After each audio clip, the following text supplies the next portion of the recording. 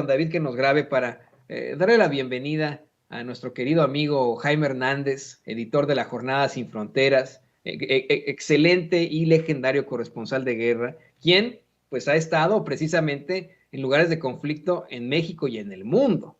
A él sí ha estado, pues vamos, en los lugares más difíciles, en los que vaya que en algún momento se necesitaría el apoyo de las autoridades, no el olvido como ha ocurrido siempre.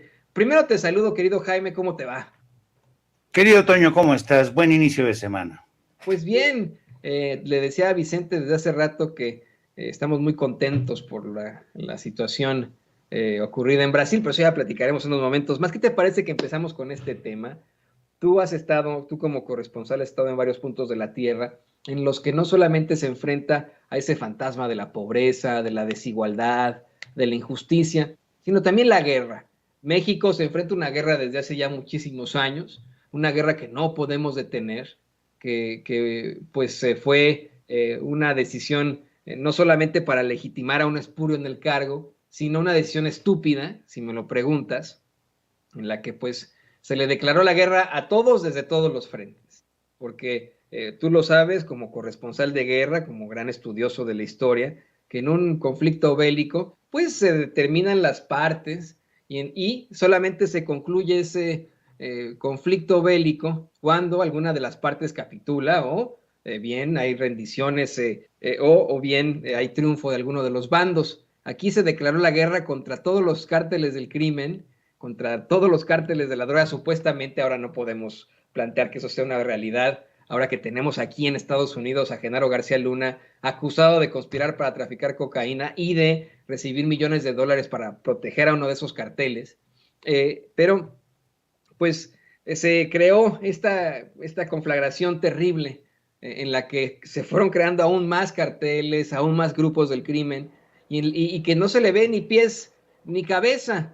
A ti, ¿qué te parecen estas declaraciones? No solamente de Sarmiento, sino de varios personajes en los medios de comunicación tradicionales que constantemente cuestionan que el presidente López Obrador abiertamente, llevando a Sepropie, por favor, ¿no?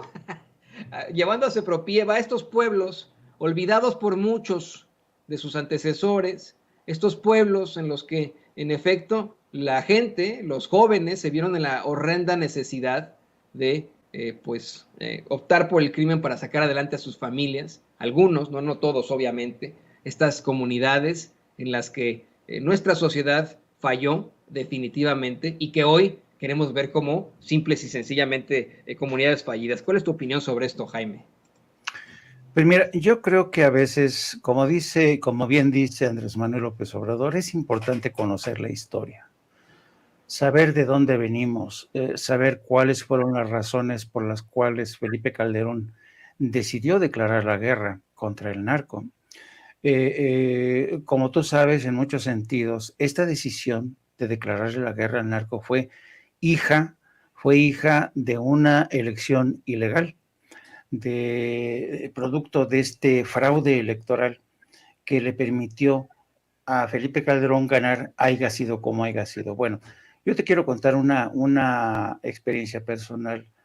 Ya tenía en el poder aproximadamente, creo que un año y medio, Felipe Calderón, que era presidente de México, y en una cena, no puedo decir en casa de quién, pero sí puedo decir quiénes estaban. Había miembros del Departamento de Estado.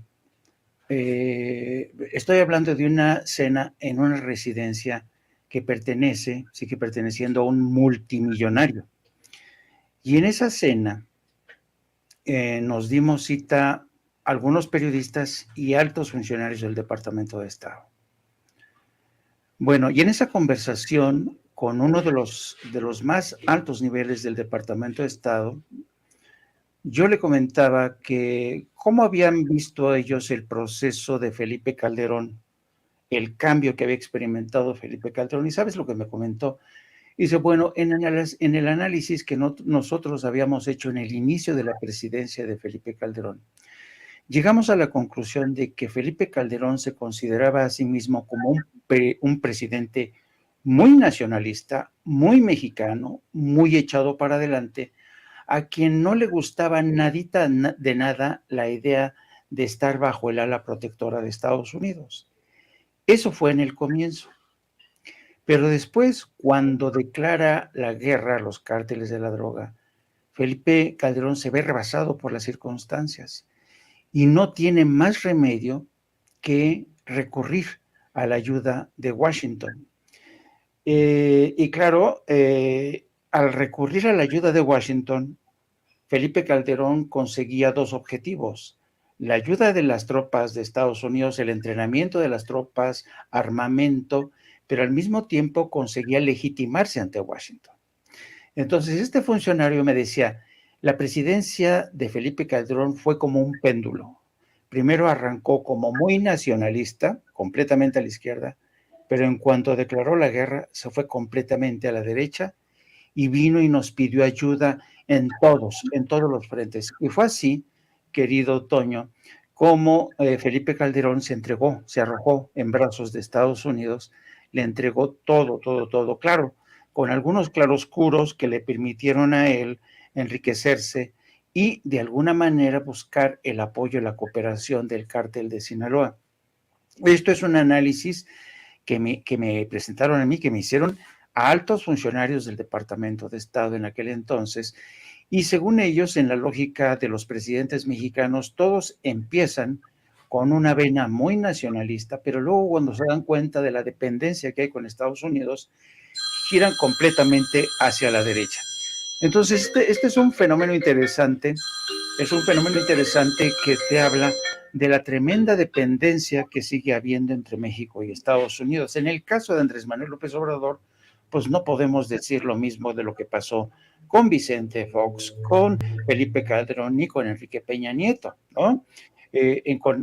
Con el caso de México y Andrés Manuel López Obrador, Washington ha tenido serios problemas para lidiar, pero ahora ya están entendiendo cuál es la política exterior de México, gracias en buena medida al embajador Ken Salazar, que es un buen interlocutor, que sabe llevar, que es un buen representante de Estados Unidos, que sabe trasladar a la Casa Blanca cuáles son las verdaderas prioridades del presidente de México, entre otras cosas, la lucha contra la corrupción, sí, la seguridad nacional, pero no solamente una seguridad nacional que tenga como criterios preponderantes el militarismo, ¿no? Sino atacar las raíces de la violencia, tener una vena más nacionalista, vaya. Entonces, eso te da una idea de hasta qué punto realmente la ilegitimidad de Felipe Calderón nos costó tanto, no solamente en términos de vidas, sino también en términos de dependencia con las agencias federales de Estados Unidos. Y es lamentable que intelectuales orgánicos o columnistas como Sergio Sarmiento tengan tan flaca memoria y se atrevan a hablar de esta manera, ¿no?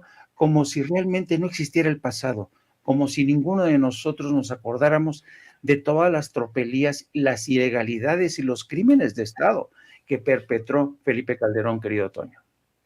Y que, insisto, han causado junto con otros expresidentes la clara destrucción de México y en estos momentos la crisis humanitaria a la que se enfrenta el país. Específicamente, como bien tú mencionas, estos crímenes de lesa humanidad, yo considero hasta genocidio que se cometen en sexenios como el de Ernesto Zedillo y por supuesto que en el de Felipe Calderón.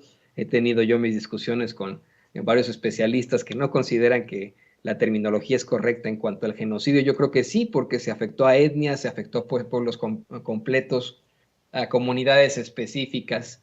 Así que, pues bueno, ahí sí tendría que ser. Si estamos hablando de situaciones como las que ocurrieron en la ex Yugoslavia, por ejemplo, pues sí, por supuesto que podríamos hablar de genocidio en México. Pero ¿qué te parece que vamos al siguiente tema? Y le pido a don David que nos grabe, Jaime. Ante estas situaciones tan lamentables, hoy el presidente López Obrador consideró que ni Zedillo, ni Calderón, ni Salinas de Gortari, vamos, lo digo con mucho respeto, él considera que ya fueron castigados, quise decir, por el pueblo. Nancy Flores, nuestra compañera corresponsal de Contralínea, le planteó al presidente pues algunos de los daños que causaron tanto Ernesto Zedillo como Felipe Calderón, específicamente los crímenes de lesa humanidad en los que ambos habrían incurrido como presidentes de México. Y el presidente comenta que tanto Salinas como Zedillo como Calderón, Salinas que ya se convirtió según plantea el periódico País en Ciudadano español debido a su familia, supuestamente su apellido sefardí, pero el presidente dice que el pueblo ya los castigó, que el pueblo ya los juzgó, que es gente que está manchada. Yo estoy completamente de acuerdo con eso. No, vamos, creo que el común denominador del mexicano, en la mayoría, pues le mencionas el nombre Salinas, Cedillo o Calderón y lo vomitan, lo escupen, lo cuestionan, los ven como verdaderos sujetos manchados, como dice el presidente López Obrador, pero ante una incuestionable serie de violaciones a los derechos fundamentales, a nuestras leyes, a nuestras instituciones, ante la corrupción absoluta que provocaron, ante la destrucción que provocaron en nuestro país, yo considero que deberían enfrentar algún tipo de consecuencia penal, por supuesto. No sé a qué se opine, qué opinen nuestros compañeros en el chat, pero también quiero escuchar tu opinión, querido Jaime. Pues yo creo francamente que en el caso de estos expresidentes, Felipe Calderón, Ernesto Zedillo, Carlos Salinas de Gortari, yo francamente no creo que se haya producido un castigo todavía. Mire, yo creo que, y esta es una lección que aprendí yo como periodista. Yo recuerdo mucho que cuando Carlos Salinas de Gortari dejó el poder, yo me acuerdo que una de las frases que utilizaban continuamente, porque ya sabes que Carlos Salinas de Gortari dejó el poder y dejó detrás de sí pues un lastre de escándalos, sobre todo los que estaban relacionados con los casos de corrupción de su hermano Raúl Salinas de Gortari, que se enriqueció, los crímenes, los magnicidios de Colosio, del padre de Claudia Ruiz Massieu, el enriquecimiento de todos ellos, la expropiación, la privatización del denominado capitalismo de compadres, que lo hizo inmensamente rico, poderoso, con un poder, yo diría, de carácter transeccional, porque Salinas de Gortari sigue vivito y coleando. Vivito se la pasa la mayor parte del tiempo en su residencia de Londres, aunque ya efectivamente tiene nacionalidad española. Pero todos en Londres saben dónde vive Carlos Salinas de Gortari. Pasa la mayor del tiempo ahí en su residencia de Londres y va frecuentemente a Madrid. Por cierto, fíjate nada más, si no se le puede considerar realmente a Carlos Salinas un gran traidor. Tú sabes que la ley mediante la cual se le concedió la nacionalidad española a Carlos Salinas de Gortari es una ley que se promulgó en 2015. Es una ley que beneficia efectivamente a todos los descendientes de sefaradíes, que fueron esta comunidad, esta minoría judía que tuvieron que renunciar a su religión o tuvieron que autoexiliarse en un largo éxodo que los llevó a América Latina, sobre todo. Bueno, el caso es que para que tú te hagas nacional español por esta vía del perdón a la comunidad sefaradí, una de las condiciones que se te impone es que tienes que jurar lealtad a la corona española, a los monarcas españoles. De tal suerte que cuando Carlos Salinas de Gortari optó por esta vía, habiendo sido presidente constitucional de México, decidió que sí, aceptaba convertirse en súbdito de la corona española y jurar lealtad a la corona española, que es uno de los requisitos indispensables para convertirte en ciudadano español por esta vía. Entonces, tienes, por ironías del destino, a un presidente de nacionalidad mexicana, de una nación que sufrió los rigores de una conquista, que es harina de otra costal, pero que se independizó, una nación que se independizó y se identificó, abrazó el destino, su futuro, como nación independiente. Y ahí tienes que un jefe de Estado como Carlos Salinas de Gortari, después de haber sido el jefe supremo, el comandante supremo de las Fuerzas Armadas, el presidente constitucional, decide jugarle lealtad a la corona española, convertirse en súbdito de la monarquía. Qué ironía, ¿no? Un presidente que se decía que era nacionalista, mexicano, ¿sabes? Que prometió llevar, y ahora se esconde, ¿eh? Se esconde como una lagartija bajo esta piedra de la nacionalidad española por la cual ha tenido que jurar lealtad a la corona. ¿Y para qué? Pues evidentemente para dificultar aún más sus posibles juicios en el futuro, que yo no creo que lleguen, ¿sabes qué, Toño? Y eso es a mí lo que me cabrea, porque aunque el presidente diga que estos exmandatarios como Felipe Calderón, Ernesto Zedillo, otro ladrón de 7 suelas, y Carlos Salinas de Gortari, esa gente ya hizo todo lo que quiso, se enriqueció, y sus súbditos, o sea, sus empleados de siempre, ¿sabes lo que dicen de ellos? No juzguemos tan pronto a Carlos Salinas de Gortari, no juzguemos tan pronto a Ernesto Zedillo, porque la historia les va a hacer justicia. Así dicen sus defensores. La historia les va a hacer justicia. ¿Y sabes qué? La historia no les ha hecho justicia. Siguen siendo igual de ladrones, siguen siendo igual de traidores. Traidores a su patria, traidores a su tierra. Y ahí está el caso de Zedillo, que ahora trabaja para las compañías ferrocarrileras de Estados Unidos, mientras se ampara bajo este brazo intelectual, cultural que encabeza Mario Vargas Llosa. Ahí tienes acá a Enrique Peña Nieto, también refugiándose en una nacionalidad, apostando todo el dinero que se robó para invertirlo en España. Dime si tú, acaso, eso no es un acto de alta traición. Entonces, sí, no, yo entiendo al presidente que no, como jefe de Estado, no quiere incendiar el granero, no quiere que lo acusen de responsable de haberse convertido en una suerte de vengador, de haber acometido una revancha en términos personales. Yo lo entiendo, pero aún así, a mí no me parece que estos expresidentes, estos exmandatarios, hayan saldado cuentas con el pueblo de México.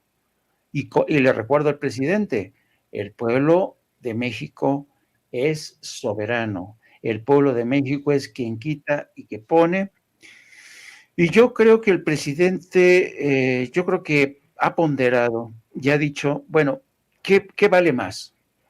¿Una transición a la democracia sin violencia, sin vendetas?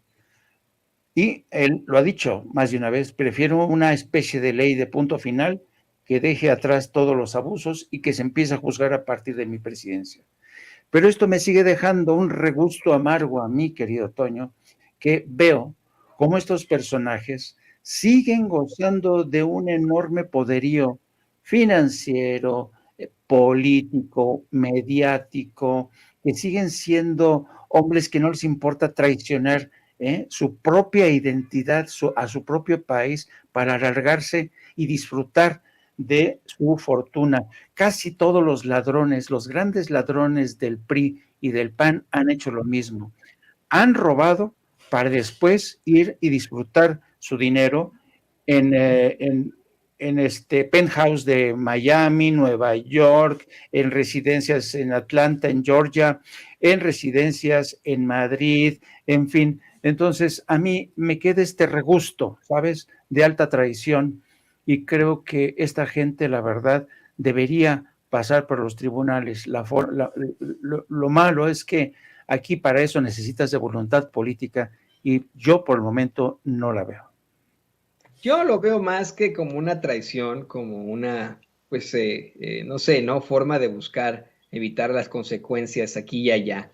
Ahí sí estoy convencido, querido Jaime, que pues cada quien decide de dónde ser, está en la Carta de Derechos Humanos, ¿no? Esa sí es la realidad, pero tienes toda la razón. Es verdaderamente cuestionable que alguien como Salinas, presidente de la República, que manejó no un lenguaje patriótico, sino un verdadero discurso y política nacionalista en México con su programa de solidaridad y muchos más, pues haya jurado lealtad a la corona española en todo caso. Muy, muy temprano yo le planteaba al público consentidor de Sin Censura después de la mañanera cómo es que esta pues fiabilidad se le da por parte del gobierno de España y de Portugal a muchos latinoamericanos, como bien mencionas, que supuestamente pues son descendientes de sefardíes, ¿no? De judíos sefardíes después de esa expulsión en el siglo XV del territorio, de una persecución terrible, asquerosa, ¿no? Una situación que resulta muy cuestionable, puesto que a los judíos sí le están ofreciendo disculpas, el Reino de España se estaba ofreciendo esta reparación del daño al pueblo judío, y al pueblo mexicano no les ofrecen ni disculpas, ¿no? O sea, el pueblo mexicano ni siquiera nos quieren decir algo al respecto de la conquista, ahí están muy, muy calladitos, pero bueno, lo interesante de esto es que es un beneficio, si se le puede llamar así, que aplicaron muchísimas personas en Nuevo León. Estaba viendo yo las cifras de qué estado es el que más obtuvo, el que más buscó obtener este beneficio de convertirse en ciudadano español o portugués, y fue Nuevo León, ¿no? Muchos neoleoneses que dijeron, no, sí, pues yo soy descendiente de sefardíes, y pues aquí estoy listo para que me den mi pasaporte español y por ende el pasaporte europeo con el que voy a poder hacer muchas cosas. Y te digo, bajo una premisa de derecho muy cuestionable, híjole, llamativa, porque son varios los apellidos que pudieran aplicar. Está el tuyo, está el mío, está el de Vicente, está el de Carlos Salinas de Gortari, ¿no? Hay una cantidad impresionante. Son los apellidos que tenemos en su mayoría los mexicanos, mismos apellidos con los que nos cuestionan y nos discriminan personajes como Vicente Fox o como Gabriel Cuadri, que ellos tienen otro tipo de apellidos y que piensan que pueden discriminar, por ejemplo, al presidente López Obrador por apellidarse López, ¿no? En esta lista que proporcionan para poder aplicar a este beneficio, en efecto no aparece Obrador, pero sí aparece López, no aparece Cuadri, por supuesto, no aparece Fox, ¿no? Como apellido. Pues están todos los de los mexicanos, está el Ruiz, está el Hernández, que es el tuyo, el Serrano de Vicente, el de muchos de los que nos ven y que nos escuchan, y que, insisto, tal vez se pudo utilizar pues como una especie de aprovechamiento de otro tipo de cosas. Yo creo que esa es la forma en la que lo utilizó Carlos Salinas de Gortari para poder buscar, pues, enfrentarse a menos problemáticas y decir, miren, yo vivo aquí en Londres, soy ciudadano europeo, porque soy ciudadano español, y si de pronto viene el progreso por mí, como gran representante de la desigualdad moderna en México, pues bueno, mis amigos conservadores de aquí, de Gran Bretaña, mis amigos conservadores de España, no me dejarán caer, como no dejaron caer a mis compañeros, y le pido a don David que nos grabe, en ese foro de la ultraderecha mexicana, y la ultraderecha del mundo, ese foro precisamente ahí en España. Un foro, querido Jaime, que hoy planteó el presidente López Obrador, pues ocurre algunos días antes de que sea la segunda vuelta de elecciones en Brasil. El presidente López Obrador hoy hizo una serie de planteamientos muy, muy fuertes. Comentó que antes de la elección en Brasil, pues se reunían en España estos sujetos, Ernesto Zedillo, Felipe Calderón, José María Aznar, el de váyase, ¿no? El juez que injustamente encarceló a Luis Ignacio Lula da Silva, y que el que convocó a todos estos fue don Vargas, ¿no? Bueno, Mario Vargas Llosa, para atacar al populismo en vísperas de las elecciones en Brasil, y al fin y al cabo ganó Lula, ¿no? Este es un tema que es medio complejo y que definitivamente yo quería platicar contigo, Jaime, porque acá en Estados Unidos no sabían ni qué hacer. Se planteaba cómo es que, pues acá en Estados Unidos no eran muy fans el gobierno actual del gobierno de Jair Bolsonaro, por ser tan cercano a Trump, cómo es que trataron de mantener las apariencias, porque pues tampoco están de acuerdo con la izquierda latinoamericana, pero que se pusieron en esa situación terrible. Uno de los primeros, querido Jaime, en reconocer el triunfo de Lula anoche fue Joe Biden. ¿no? Esa sí es una realidad. Mientras estos pobres, pues hicieron sus intentos con Don Vargas para que no ganara Lula. Yo sé quién exactamente como lo planteó López Obrador, quién chingados le va a hacer caso a estos pobres, ¿no? Pues sí, pero fíjate que yo creo que es interesante que quienes siguen defendiendo, quienes siguen encabezando esta cruzada de la derecha conservadora, sean personajes que en muchos sentidos, pues han sido, por ejemplo, pensemos el caso de José María Aznar, ¿no? Fue un hombre que colaboró y mucho en la guerra de Estados Unidos contra Irak, ¿no? Un títere prácticamente de Estados Unidos. Pensemos en Mario Vargas Llosa, que al igual que personajes como Carlos Salinas de Gortari y Enrique Peña Nieto, pues se arrojó en brazos de Isabel Presley y dijo, no, de aquí soy, ahora a partir de ahora soy español porque los peruanos no me entienden, ¿no? Y ves tú el caso de Felipe Calderón, que encuentra en estos foros la resonancia, los ecos que él quiere escuchar para que se reconozca su legitimidad como expresidente de México, o el ladrón de Ernesto Zedillo, ¿no? Y toda esta gente se tapan sus vergüenzas cuando concurren a este tipo de encuentros. Todos estos les encanta hacerles el papel de lacayo de Estados Unidos y todos ellos no se han dado cuenta que están ciegos ante una nueva realidad. Y lo lamentable es que a veces también Washington insiste en permanecer ciego. Fíjate ya nada más cuántos gobiernos son, Toño.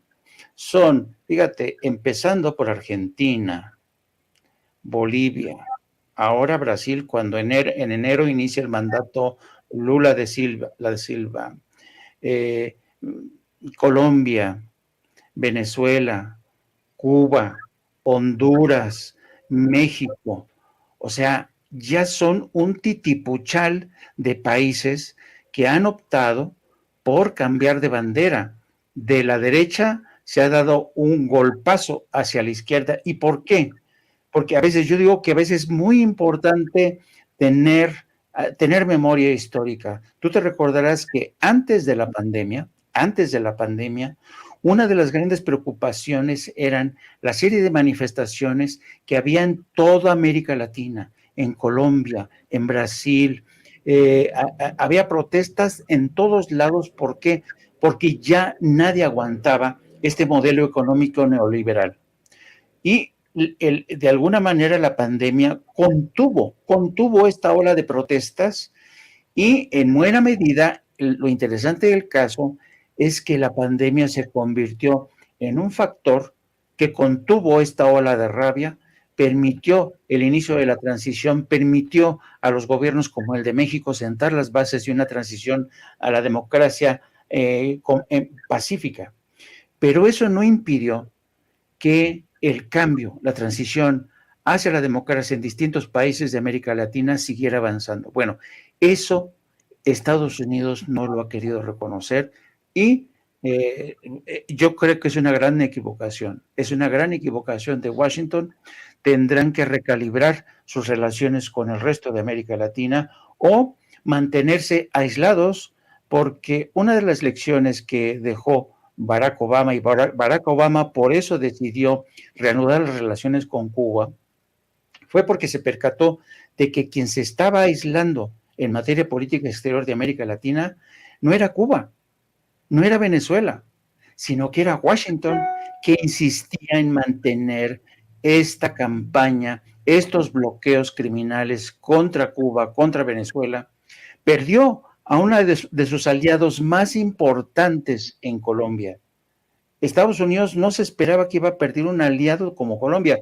Colombia ha sido durante décadas, ha sido el niño consentido de Washington, el enfant chouchou de Washington. Entonces, imagínate, para que ahora hasta Colombia haya cambiado de bandera, es que algo está pasando. Y si Washington no se quiere dar cuenta de lo que está ocurriendo, allá ellos. Pero al igual que Washington, son algunos en la Unión Europea que tampoco quieren percatarse o de plano siguen sin entender la realidad de América Latina. A mí realmente me resulta sorprendente que desde España, que nos conquistó, siguen teniendo tan poco conocimiento de la realidad política, económica y social de México. Es increíble cómo España sigue teniendo un elevadísimo déficit del conocimiento de la realidad en México. Así es que yo creo que mientras Washington insista con operar, porque Estados Unidos es una nación autista,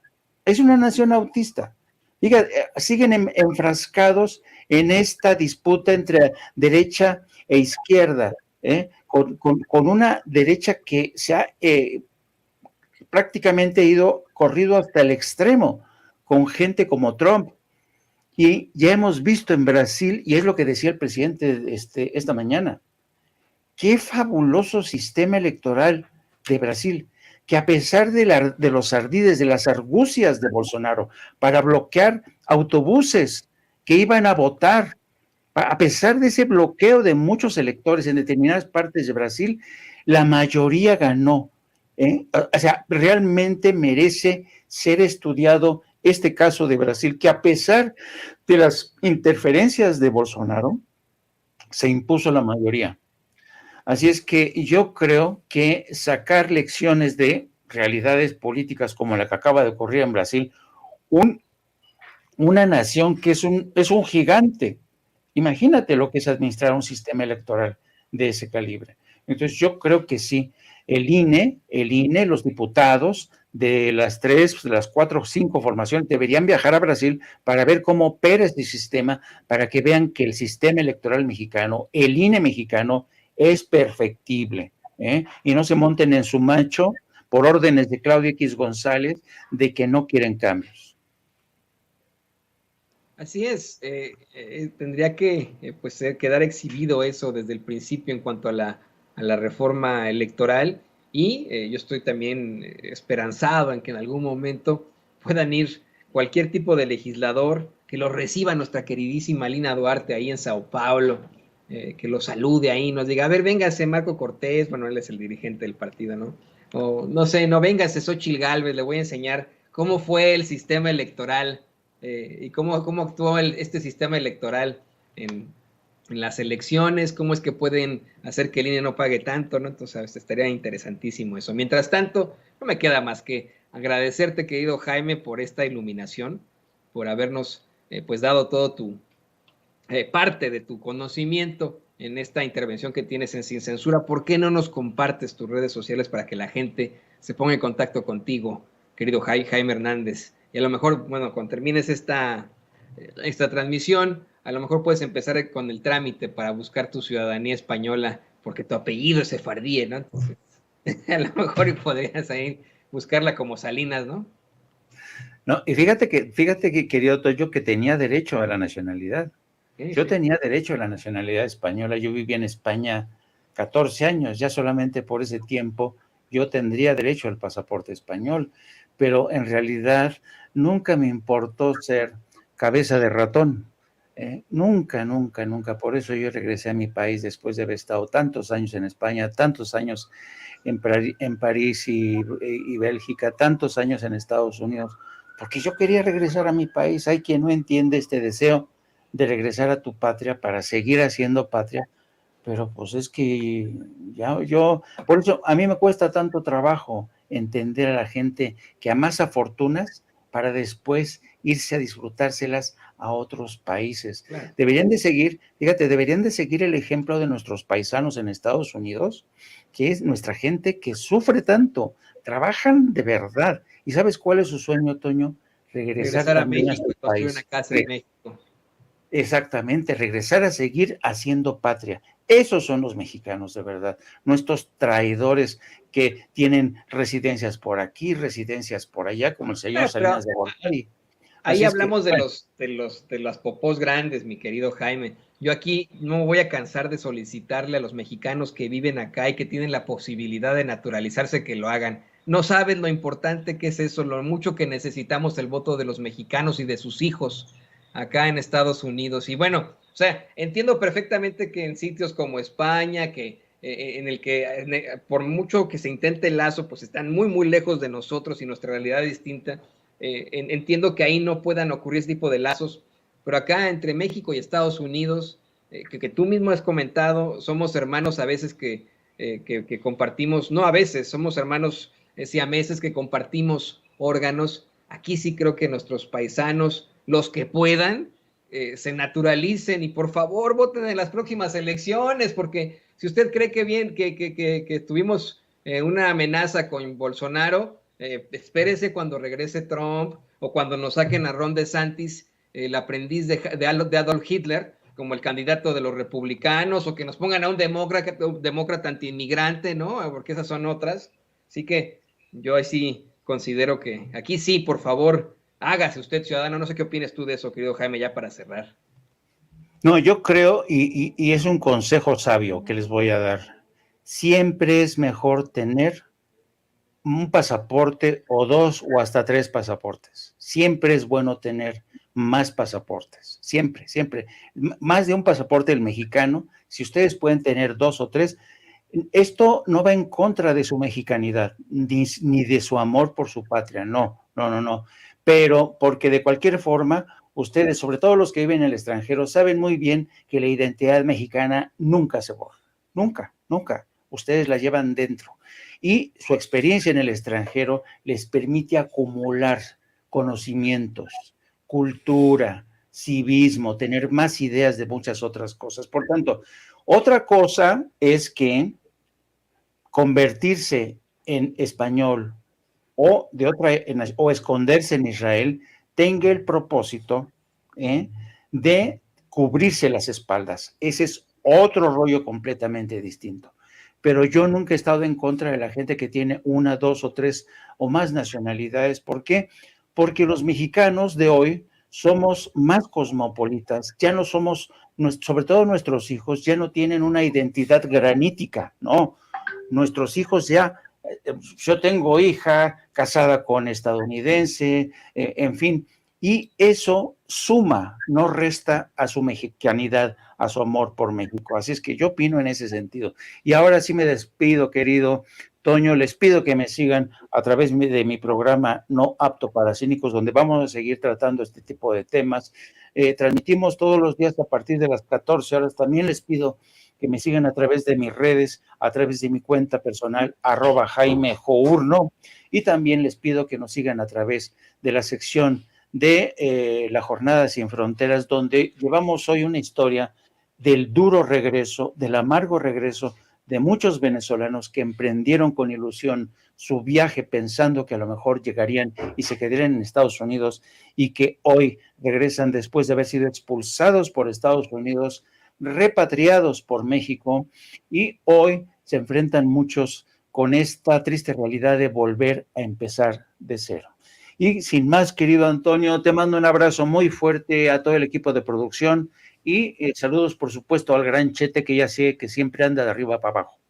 Muchas, muchas gracias, querido Jaime. Lo tiene usted, Jaime Hernández, editor de La Jornada Sin Fronteras y gran corresponsal de guerra aquí en Sin Censura, pero sobre todo un gran periodista mexicano. Ahí está, mi querido Jaime. Y ahora sí.